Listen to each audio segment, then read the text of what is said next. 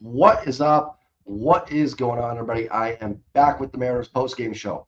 As always, got a plug before I get started.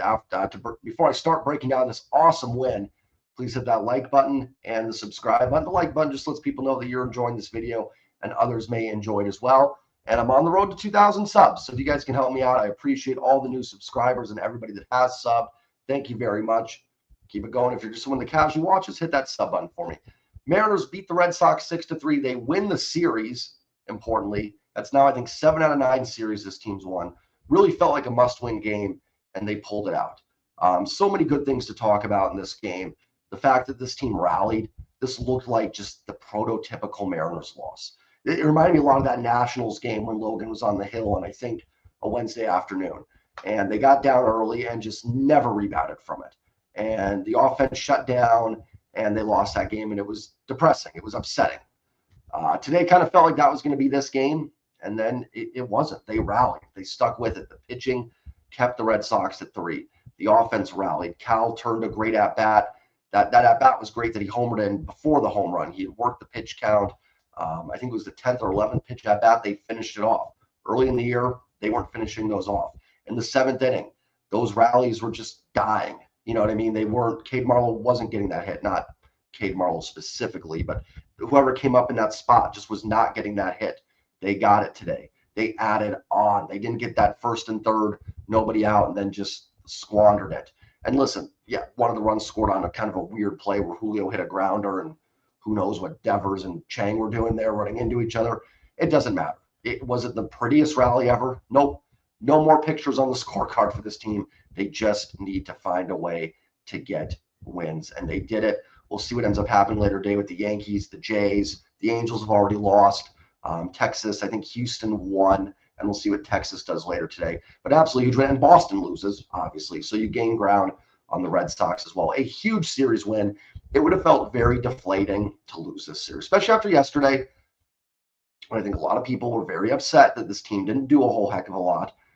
I wouldn't say I was quite one of those people. I thought they could have gotten a couple things to add to this roster that would have been nice. I wasn't too up in arms about it because I still maintain the best thing for this team is this current core playing better.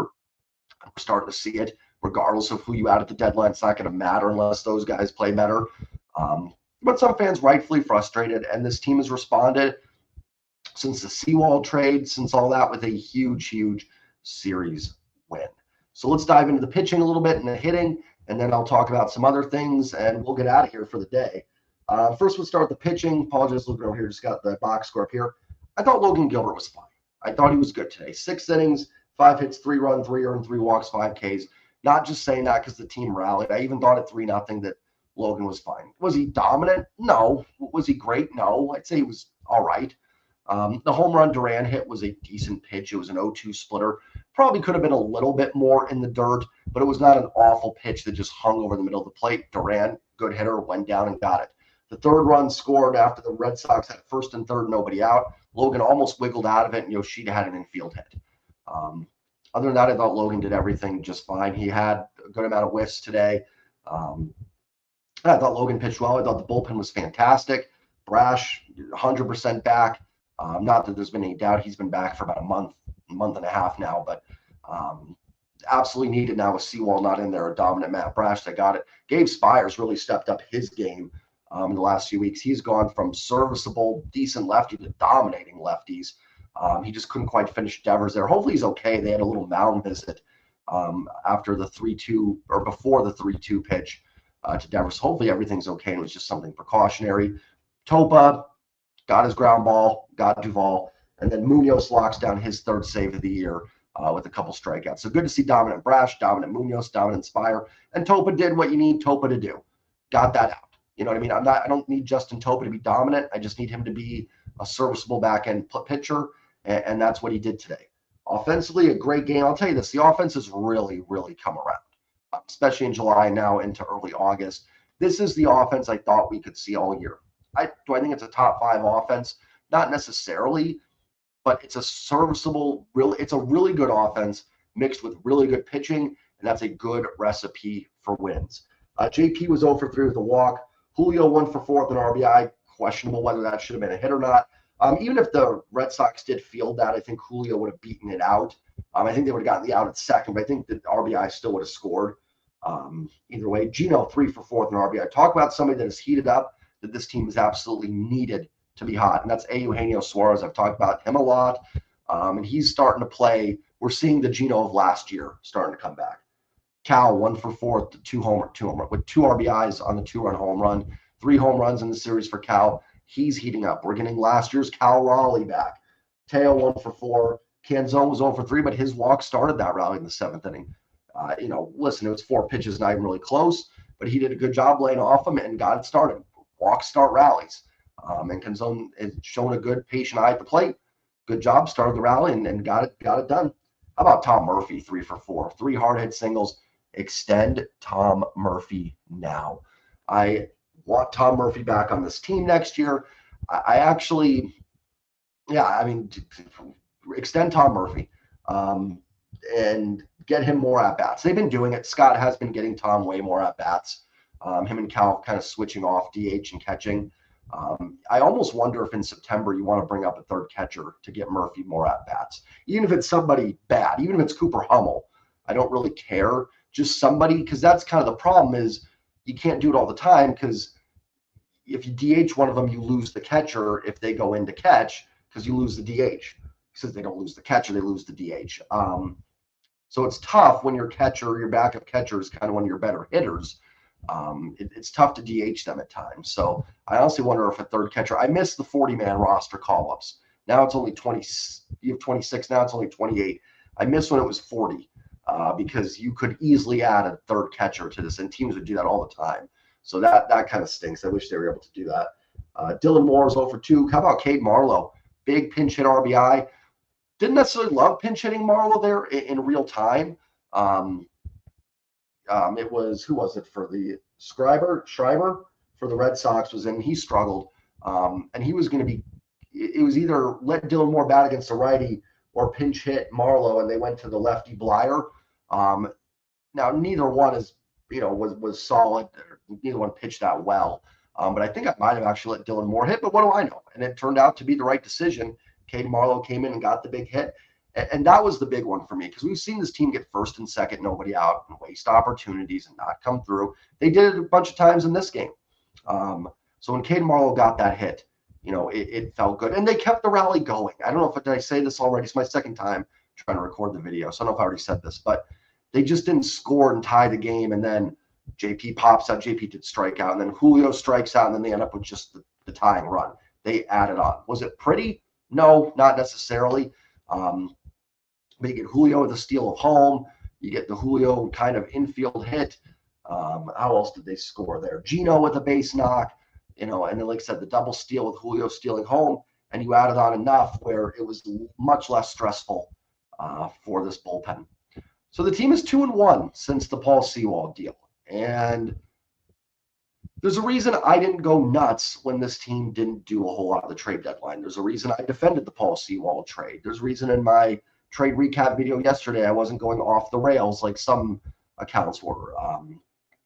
I saw some people making videos that said this front office doesn't care about winning. And, listen, if you don't like what they did, that's totally fine. That's totally fine. But the notion that they don't care, come on, that's absolutely insane. Now, if you want to bash Mariners ownership, I will never stand here and be a big John Stanton defender or anything. But if your beef is with the front office, that's fine. But to say they're not serious and they don't care about winning because they didn't go get Tommy Pham is absolutely ridiculous. And so far, justified. Now, they could lose the next 8, and I could be proven wrong here and go, Jay, you thought what they did was good. Look at this. They're falling apart. So it's definitely possible. But so far, the returns have been fine. The bullpen has not missed a beat. Again, 3 games. And if it was the other way, I want to be fair to, the other side here. If it was the other way and the bullpen had been a mess and Canzone had been a mess and everything, I would be sitting here going, hey, it's 3 games, relax. So probably not fair of me to go, hey, 3 games are totally fine. But you can see why the bullpen can be fine. Like today was a perfect example. It was lined up perfectly. Brash, Spire, Topa, Munoz, all are very capable. Is Sewald better than Topa? Yeah, you'd probably rather have, in a perfect world, you'd rather have Munoz get that out in the eighth and Sewald in the ninth. But, the world's not always perfect, and this bullpen is not bad now. It didn't go from like good to bad. There are some moments where it could be a little more clutch. I think they've had some tough moments this year. They have not been perfect by any means, but this bullpen is more than capable. There's no reason this bullpen can't play in the playoffs. There's no reason. And if you want to get and go pick up somebody, Brent Honeywell was just DFA'd by the Padres. He's had a decent year. Go get him. Trent Thornton looked really good yesterday. He looked really, really good. Now, one appearance. Again, we're not going to go over the top for it. But, maybe you got another weapon there and someone that can pitch multiple innings, which is huge. I wanted this team to add another bullpen. I don't think you can ever have enough. But the notion that this bullpen is just going to collapse now, too, without Paul, is just not the case. This bullpen is absolutely good enough. Is it a little worse than it was on Monday morning? Yeah, absolutely. Absolutely is. But it doesn't mean that it's a bad bullpen either. And so far, 3 games in, it's been just fine. The offense, some of the moves paying some dividends here. Canzone draws the big walk to lead off the inning, to start the rally. I feel like the lineup just feels a little more stretched out in a good way. It feels a little bit deeper, and it is. It is. Dylan Moore plays second base today. You've got Rojas in there, so you've got some flexibility. Now Caballero can be more of a pinch runner. He can play other positions and kind of be a super utility guy in the infield. Canzone's going to allow Teo to maybe have a couple more days off, against righties and maybe being there primarily against lefties. I think Teo's going to still play every day, but it's going to allow you to get him maybe a couple more days off. What'd you have today? You were able to have Cade Marlowe come off the bench and deliver a huge hit. One of the biggest hits of the season for this team was Cade Marlowe coming off the bench. You now have some versatility on this bench here with Cade Marlowe being able to come in. You also got good speed now with Marlowe Cobbey coming off the bench. Marlowe's going to still play, and you can have Teo come off the bench against lefties. You can have Canzone come off the bench. You can have Rojas come off the bench here. Do I think this is the 27 Yankees? No. But I do think your lineup is a lot more versatile. Even Mike Ford. I know the new thing is now we're all down on Mike Ford. And yeah, he probably shouldn't be in there every day anymore, but it's a bat with some pop off the bench. That's totally fine. If Ford can run into one occasionally, he has some value. Do I think he should be hitting fourth every day as a DH? Probably not. But he's someone that is, if he's pinch hitting for Caballero against a righty in the ninth inning of a game where you're down by 1, sure. And hope that he runs into one. Absolutely. And then obviously the resurgence of Tom Murphy's been huge. Dylan Moore is starting to play like Dylan Moore. I know he didn't do much today, but all that's factoring into a lineup that's deep and versatile. This is what I thought at the beginning of the year. This is what I wanted to see. This is why I liked this lineup. This is what I liked about it. You had a lot of versatility. It was fairly deep. There's not a ton of easy outs. Now just imagine you can get Ty France going a little bit, Teo going a little bit. You could have a pretty good unit here. And then I talked about all the versatility with the other guys. And you should have an improvement over Colton Wong with Josh Rojas, assuming he's healthy and playing here. It should be an upgrade. So I do think this offense got better. I absolutely think this lineup got better. I think the defense possibly, maybe not the defense as much, but I should say the base running. The speed on this team gets a little bit better too. So we'll see what ends up happening. They could lose the next 6, and who knows? You go, see, Jay's an idiot. They could blow multiple saves. I would say the bullpen still hasn't been tested in a really close game. But, they've been great since the trade. They've been fantastic. There's no reason this bullpen cannot be good. You've got the starting pitching. I would have liked another starter, but I also think that we're splitting hairs if we're really going off the rails for it. Did I want Rich Hill? Yeah, I think that would have been a nice addition to alleviate some pressure from Brian Wu. But I think not having Rich Hill is going to be the difference in this team making the playoffs. Absolutely not. Absolutely not. And that's why I just kind of people that are just again, saying the front office isn't serious. There was a tweet out there today. I don't want to get too much, but someone saying how that rally in the 7th inning was an FU to the front office. I don't think the front office is upset with what they've done and seeing it pay off with wins. Just my 2 cents on that. I think they're just fine watching the team win. Doesn't mean everything they do is perfect. I thought they could have made some additions. I do. But I do think there's a lot of ways this team got better. and so far so good. I know some people worried about Seawald not being in the clubhouse. I don't know. I saw a smile on Julio's face after that win that looked like the biggest smile of the season. I think they're okay. Guys, these are professionals. Like if losing, they can, and it's not like you can't be friends with Paul still. Not like you still can't text him and be like, hey, man, I hope everything's going well. I miss you in here, man. That's totally fine. But, and I hope they're doing that. Paul's a great guy. But if they're at the point where they can't function because the guy was traded, then you got to check yourself, because this is the big leagues. It's not little league where your friends moved out of town. You got to get over it. So if the clubhouse can't handle it, then this team wasn't going to be able to handle anything. And so far, it looks like they're doing just fine. Again, three games. If it was going the other way, I'd sit here and say, it's just been 3 games. So I get it. But this is all we have to go off of so far. And so far, things seem to be okay. So let's see. They have a big series coming down in the Anaheim, a 4-gamer. Almost feels like a mini playoff series. If one team could sweep the other, you almost feel like you've eliminated the other team.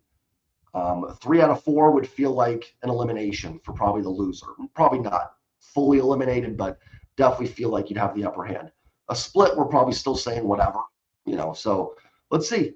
Let's see what happens. Hopefully the Mariners can go down and find a way to win the series. They do face Ohtani on Thursday. I guess the good news is you get Ohtani out of the way in game 1.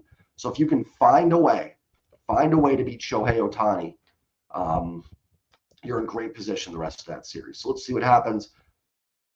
Thank you guys for tuning in. Remember to hit that like button, hit that subscribe button. I will be back. I will be live tomorrow with Sideline Report for a little NFL preseason.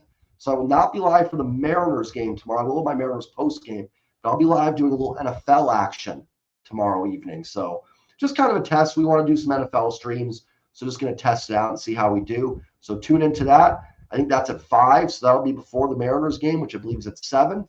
So watch 2 hours of preseason football and then head on over, watch the Mariners game, and then come back for our post-game recap. I will see everybody tomorrow. Hope you all have a great night. And as always, go Mariners. Team's playing great ball. This is as good as they have played all season. Let's enjoy it. And let's hope the ride continues and this team gets in. And you get in, you never know. Have a great night, everybody. Peace. Oh, I got to do it again.